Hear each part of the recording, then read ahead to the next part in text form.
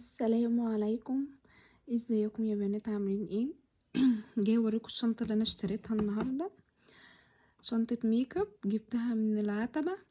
طبعا جبتها عشان الم الجريمه اللي حصلت. الجريمه دي اللي انتوا شايفينها دي كانت علبه جليتر من شغلي.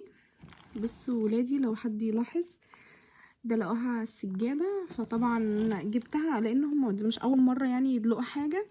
جبتها عشان الم الجريمه اللي حصلت يعني. دي جبتها اهي، شايفين اهي بنات. جبت حاجه على قد يعني حاجه صغيره، قلت حتى ايه الم فيها الشغل بتاعي. فيها سوسته من هنا ايه كده اهي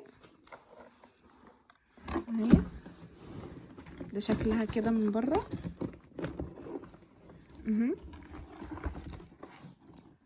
ده شكلها. جبتها على 250، كان بيقولي على 300 وحاجة، فصلت فيها جبتها على 250. طبعا انا لسه جايباها جديد ما جربتهاش، بس هرص فيها الحاجات.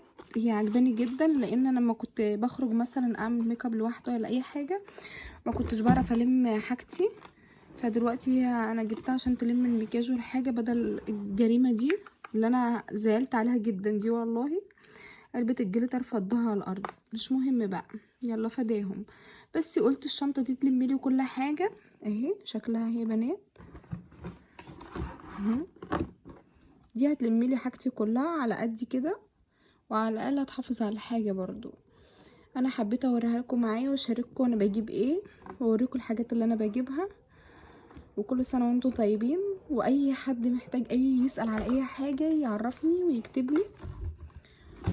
وربنا يعود عنا الايام علينا وعليكم بخير يا رب. ماشي.